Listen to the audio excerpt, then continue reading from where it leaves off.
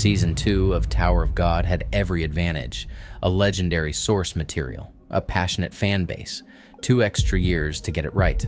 So why did it feel empty?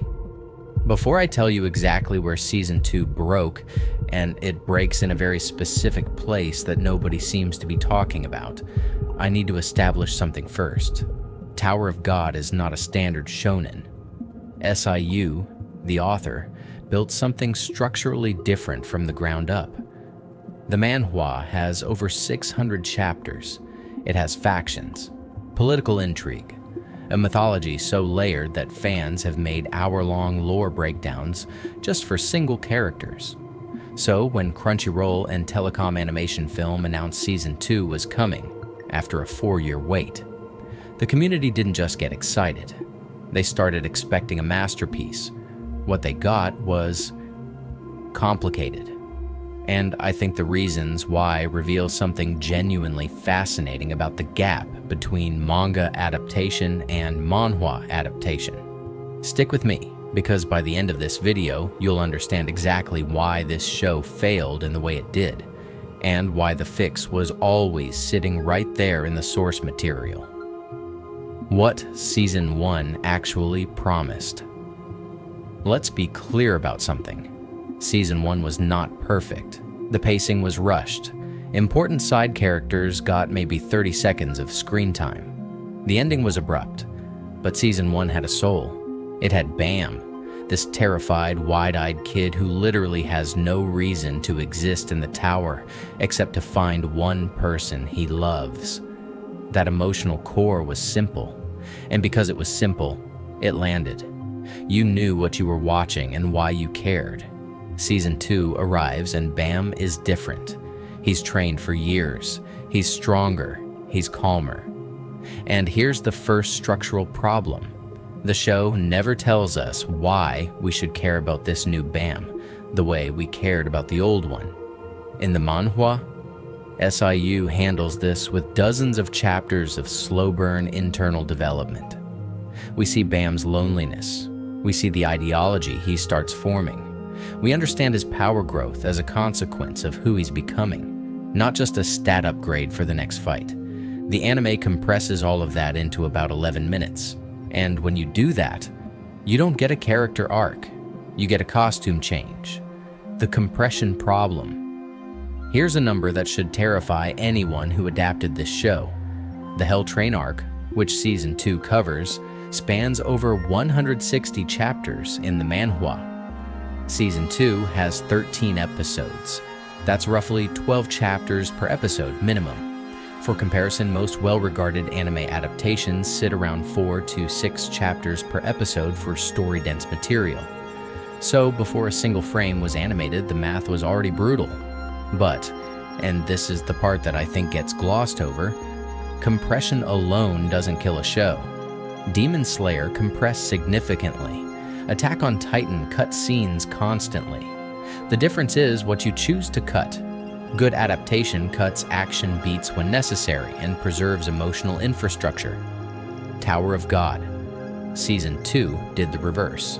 It cut the emotional infrastructure and kept a version of the action.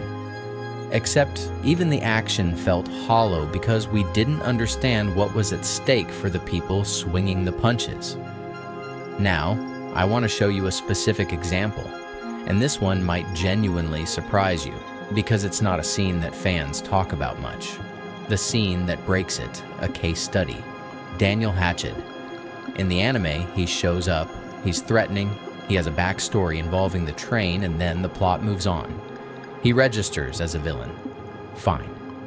In the manhwa, Daniel Hatchid is a tragedy. You understand chapter by chapter that he is a person who loves someone so deeply that he destroyed everything around him, including himself. His motivation isn't power, it's grief. It's the refusal to accept loss, which, if you think about it, is exactly the same emotional engine driving Bam. That mirror between protagonist and antagonist? It's one of SIU's most sophisticated narrative moves. It asks the question, what separates Bam from becoming Daniel? The answer is the people around him, his friends, his chosen family. In the anime, that entire thematic architecture is invisible. Daniel is just a boss fight, and when the boss fight ends, there's nothing to feel. This is the difference between plot and story. The anime delivered plot, the manhwa delivered story. The deeper problem, manhwa versus manga adaptation. Now, here's something I don't think the anime community has fully reckoned with yet, and it matters for every Korean webtoon adaptation going forward, not just Tower of God. Manga and manhwa are structurally different mediums. Manga reads right to left in compact panels, with white space doing enormous narrative work. A single page of a great manga can contain an entire emotional beat, the pause, the reaction, the consequence, and it costs the reader almost no time. Manhwa, particularly the webtoon format SIU uses, is vertical scroll. It is designed for rhythm, long panels, dramatic pacing achieved through physical space. The reader controls the speed. A great webtoon sequence can make you slow down without telling you to. You scroll slower because the weight of the image demands it. When you animate manhwa, you have to recreate that rhythm artificially. You have to build in the weight. And that requires time. Screen time, that Tower of God. Season 2 simply did not give itself. And here's the thing nobody is saying directly. Crunchyroll knew this was a problem. There's a reason the show doesn't get a second season greenlight announcement during airing. The question is whether Tower of God can be salvaged. And I think the answer is yes. But it requires something most studios won't do. What the manhwa got right. The roadmap. Let's talk about what SIU actually built, because it deserves genuine recognition.